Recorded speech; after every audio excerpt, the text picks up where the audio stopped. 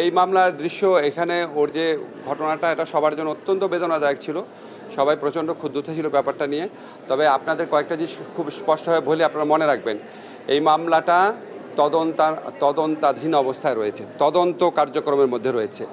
যেই মামলা তদন্তের মধ্যে থাকে সেই মামলার ক্ষেত্রে ফাইনাল রিপোর্ট দেওয়া বা এই ধরনের পদক্ষেপ নেওয়ার অধিকার শুধুমাত্র পুলিশ বা স্বরাষ্ট্র মন্ত্রণালয় রয়েছে। যদি একটা মামলা চার্জশিট হয়ে যায় শুধুমাত্র তখন এখানে আইন মন্ত্রণালয়ের মামলা প্রত্যাহার করার এখতিয়ার বা সুযোগ থাকে আর কি। তো আমরা যখন এই জুলাই হত্যাকাণ্ড, জুলাই গণ অভ্যুত্থানকালে ছাত্র জনতার বিরুদ্ধে ফ্যাসিস্ট আওয়ামী লীগ সরকার যে সমস্ত ষড়যন্ত্রমূলক এবং মিথ্যা বানোয়াট মামলা করার ব্যবস্থা নেওয়া হয়, সেটা অনুযায়ী ওনারা সব মামলার ফাইনাল রিপোর্ট দিয়েছে বলে আমরা জেনেছিলাম। কিন্তু আমাদেরকে বলেছিল অল্প কিছু, পরবর্তীকালে আমাদের জানিয়েছিল অল্প কিছু মামলা এখনও রয়ে গেছে যেগুলো হত্যা মামলা রিলেটেড।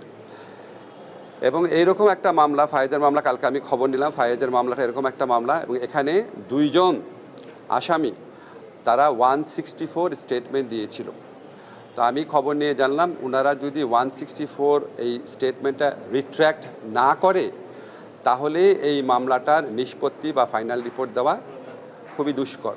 বা অপছন্দ করেন যে কোনো কারণে হোক, যে কোনো ঘটনার জন্য ভেবে নেন এটা আমরা কিছু করছি না কেন, আমাদের যতই সদিচ্ছা থাক একটা মামলা চার্জশিট পর্যায়ে আসার পর শুধুমাত্র আইন মন্ত্রণালয় কোনো কিছু করতে পারে, তার আগে কোনো কিছু করার স্কোপ আইন মন্ত্রণালয়ের নাই।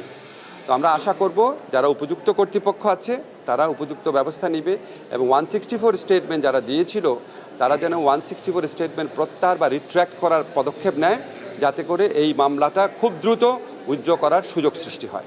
আপনাদের একটা কিছু মনে রাখতে হবে, আমরা আইন দ্বারা পরিচালিত হই।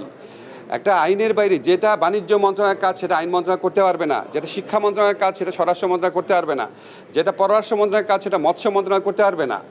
এটা তো সবার বোঝার কথা।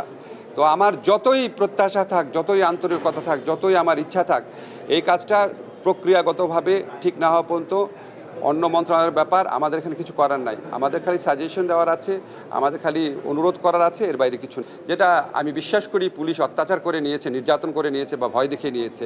তা 8 মাস হয়ে গেল, ওনারা 164 স্টেটমেন্ট তো বুঝেন, বলা যে আমি আসলে করেছি অপরাধটা। তো ওনারা 164 স্টেটমেন্টে 8 মাস হয়ে গেছে, উইথড্র করছেন না কেন?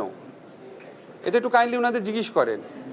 যদি উইথড্র করতেন ওনারা তাহলে তো আজকে এই শিশু ফায়াজকে এই কোর্টে যাওয়া বা এই ধরনের একটা পরিস্থিতির মুখে আমাদের পড়তে হতো না।